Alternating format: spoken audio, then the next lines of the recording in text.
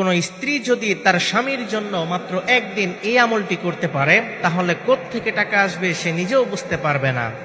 সম্মানিত প্রিয় মা ও বোনেরা, সংসার জীবনে অনেক সময় এমন পরিস্থিতি আসে যখন অভাব অনটন, টাকা পয়সার কষ্ট এবং রিজিকের চিন্তা মানুষের মনকে ভারী করে তোলে।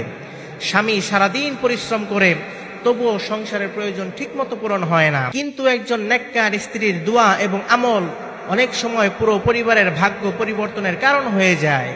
একটা কথা মনে রাখবেন, রিজিকের মালিক একমাত্র আল্লাহ তাআলা, সবকিছুর ভান্ডার তার কাছেই রয়েছে।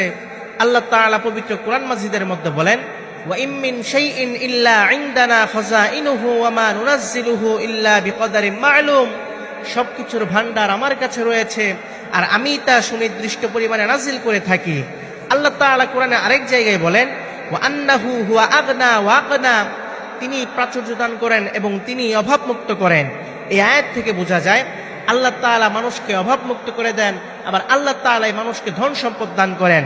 সুতরাং কোন স্ত্রী যদি তার স্বামীর জন্য মাত্র একদিন এই আমলটি করতে পারে তাহলে আল্লাহ তাআলা এমন জায়গা থেকে রিজিকের ব্যবস্থা করে দিবেন যা সে পরিকল্পনাও করতে পারবে না। আমলটি কিভাবে করবেন? প্রথমে সুন্দর করে ওযু করবেন, এরপর 3 বার দুরূদ শরীফ পাঠ করবেন। দুরূদের মধ্যে সবচেয়ে বেস্ট দুরূদ হচ্ছে দুরূদ ইব্রাহিম, যেটা আমরা নামাজের মধ্যে পড়ি। এরপর ইয়া রাজ্জাকু আল্লাহু আকবার ইয়া রাজ্জাকু এইভাবে 100 বার পাঠ করবেন।